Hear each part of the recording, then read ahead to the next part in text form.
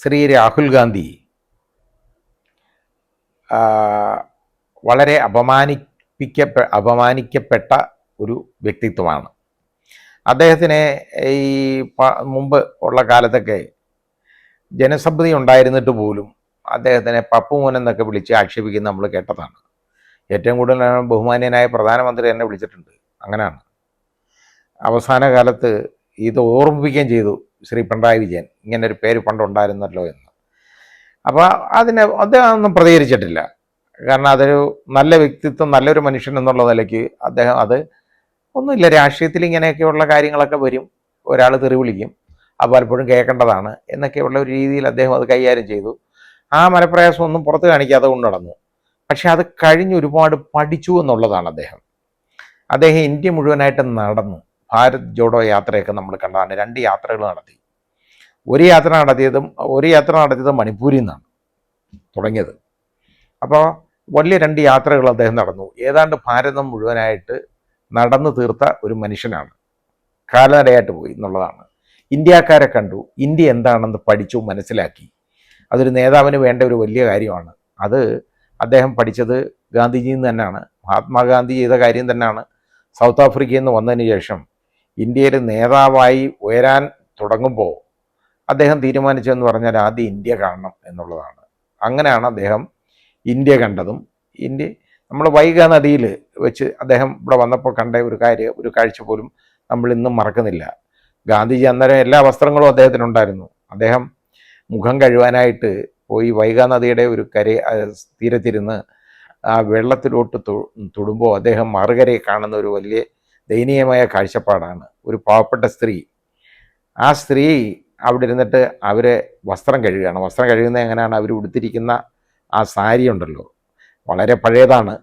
അവർ അതിൻ്റെ ഒരറ്റം പിടിച്ച് കഴുകുകയാണ്. എന്നിട്ട് ആ അറ്റം ചുറ്റിയിട്ട് വേണം അടുത്ത ഭാഗം കഴുകാൻ. അത് കാറ്റത്തുണക്കി ഇട്ട് അത് ചുറ്റിയിട്ട് അടുത്ത ഭാഗം അഴിച്ച് ഉണക്കാൻ പോവാണ്. ഇത് കണ്ട് ഗാന്ധിജിയുടെ മനസ്സലിഞ്ഞെന്ന് മാത്രമല്ല, ഗാന്ധിജി അതോടുകൂടി ഒരു തീരുമാനമെടുത്തു. കാരണം ഇന്ത്യയിലെ ആളുകളുടെ പട്ടിണി മാറുന്നത് വരെ അദ്ദേഹം ഒറ്റ വസ്ത്രം മാത്രം മതി, മേൽവസ്ത്രം ഉപയോഗിക്കുന്നില്ല എന്ന്. അന്ന് മുതൽ മഹാത്മാഗാന്ധി മേൽവസ്ത്രം ഉപയോഗിച്ചിട്ടില്ല എന്നുള്ളതാണ്. അത് ഗാന്ധിജി ഇത് തിരിച്ചറിയാൻ കാരണം, ഗാന്ധിജി മനസ്സിലാക്കാൻ കാരണം, ഇന്ത്യയിലെ ആളുകളുടെ പട്ടിണി കണ്ടത് ഗാന്ധിജി ഇന്ത്യയിൽ മുഴുവനായിട്ട് ഉടനീളം യാത്ര ചെയ്തുകൊണ്ടാണ്. യാത്രയിൽ ഒരുപാട് കാര്യങ്ങൾ പഠിക്കും ആളുകൾ. അതേപോലെ ഗാന്ധിജി പഠിച്ചു, ഇന്ത്യ എന്താണെന്ന് ഗാന്ധിജി പഠിച്ചു. ആ പഠിച്ചത് ഗാന്ധിജിയുടെ ജീവിതത്തിൽ പ്രതിഫലിച്ചു എന്നുള്ളതാണ്.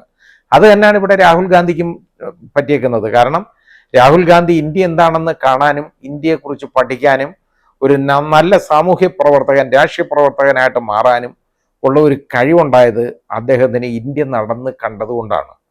എന്താണ് ഇന്ത്യ എന്ന് മനസ്സിലാക്കി സാധാരണക്കാരോടൊപ്പം സമയം ചെലവഴിച്ചു, പലയിടത്തും റോഡ് തെരുവിൽ കിടന്നുറങ്ങി. ആ രീതിയിൽ ഒരു യാത്ര നടത്തിയത് എല്ലാവർക്കും പറ്റുന്ന ഒരു കാര്യമല്ല. അപ്പോൾ രാഹുൽ ഗാന്ധിയുടെ വ്യക്തിപ്രഭാവം എന്ന് പറയുന്നത് ഇപ്പോൾ വളരെ വളർന്നു എന്നുള്ളത് നമ്മൾ തിരിച്ചറിയണം. നല്ലൊരു കാര്യമാണ്. ഒരു നല്ല നേതാവായിട്ട് മാറി നല്ല രീതിയിലേക്ക് അദ്ദേഹം മാറാനിടയായി. അത് ഇന്ത്യൻ രാഷ്ട്രീയത്തിന് തന്നെ വളരെ ഏറെ ഗുണം ചെയ്യും. മാത്രമല്ല, അദ്ദേഹം പ്രതിപക്ഷ നേതാവായിട്ട് അദ്ദേഹത്തിനെ വേണോ വേറെ ആരെങ്കിലും വേണോ എന്ന് രണ്ടാമതൊന്നും ആലോചിക്കേണ്ട കാര്യമില്ല. കാരണം 100 സീറ്റുള്ള കോൺഗ്രസിന് ഈ പ്രതിപക്ഷ സ്ഥാനത്ത് ഇരിക്കാനുള്ള എല്ലാ യോഗ്യതയുണ്ട് അതിൻ്റെ നേതാവിന്. അതിലെ നേതാവെന്ന് നോക്കിയാൽ ആരാണെന്ന് നോക്കിക്കഴിഞ്ഞാൽ അത് യഥാർത്ഥത്തിൽ രാഹുൽ ഗാന്ധി തന്നെയാണ്. അതിന് സംശയമൊന്നുമില്ല.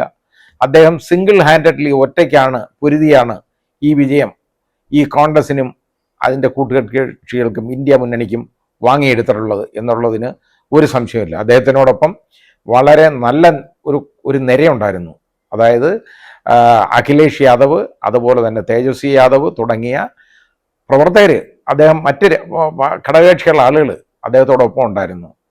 ആ രീതി നമുക്ക് മനസ്സിലാക്കണം. അതുപോലെ തന്നെ DMKയുടെ സ്റ്റാലിൻ, അതുപോലെ TMCയുടെ മമതാ ബാനർജി തുടങ്ങിയ വലിയ നേതാക്കൾ അവരെല്ലാം ഉണ്ടായിരുന്നു കൂടെ. അതൊരു വലിയ കാര്യമാണ്. അത് ഒരു വലിയ കെട്ടുറപ്പുള്ള ഒരു രീതിയിലേക്ക് മാറുകയാണ്.